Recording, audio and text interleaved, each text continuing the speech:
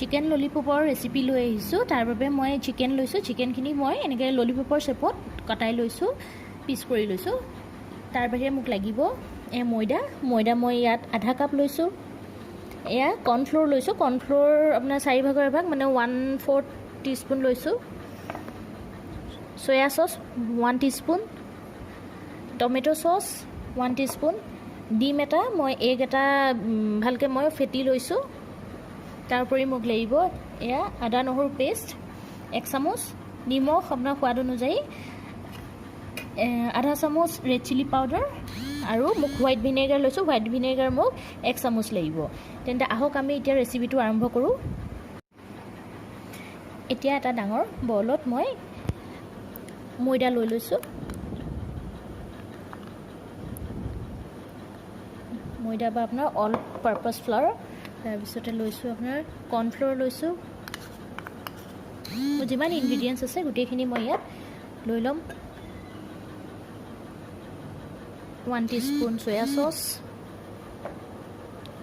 1 teaspoon tomato sauce, মই যি এগটো যিটো মই ফেটি থৈছিলোঁ ডিম, সেই ডিমটো মই ইয়াত দি দিছোঁ। নিমখ মই আন্দাজমতে দিম যিমানটো প্ৰয়োজন। আৰু ginger garlic paste 1 teaspoon, red chilli powder 1/2 teaspoon আৰু 1 টিস্পুন মই ইয়াত ভিনেগাৰ এড কৰিম। এতিয়া এই গোটেইখিনি মই এটা ধুনীয়া মিক্সাৰ এটা বনাই ল'ম। এয়া মই পেষ্ট বনাই ল'লোঁ। আমাক বেছি ডাঠ বা বেছি পাতল পেষ্টটো নালাগে। এতিয়া এই পেষ্টখিনিত মই চিকেনখিনি যিখিনি আছে চিকেনখিনি লাহে লাহে ইয়াত দি কিনে ভালকৈ মই মিক্স কৰি 30 পৰা 40 মিনিটৰ কাৰণে মই মেৰিনেট কৰিবলৈ ৰাখি দিম।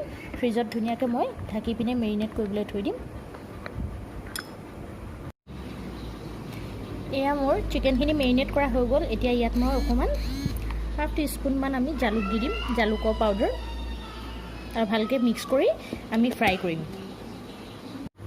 এয়া মই কেৰাহীত তেল গৰম কৰিলোঁ। এতিয়া মই ইয়াত চিকেন কেইপিচ যে ৰাখিছিলোঁ মেৰিনেট কৰি সেইখিনি এক পিচকৈ দি যাম।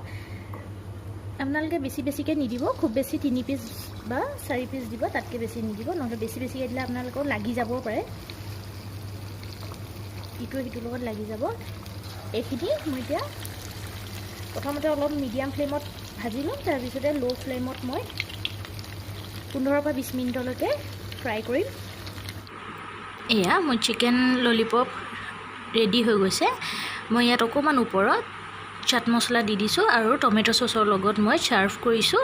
আপোনালোকেও এনেকৈ গৰমে গৰমে পৰিৱেশন কৰিব আৰু খাই চাব, আৰু কেনেকুৱা পায় মোক কমেণ্ট বক্সত জনাব। আৰু যদিহে মোৰ ভিডিঅ'টো চাই ভাল পালে তেন্তে প্লিজ লাইক, কমেণ্ট আৰু ছাবস্ক্ৰাইব কৰিবলৈ নাপাহৰিব। ধন্যবাদ।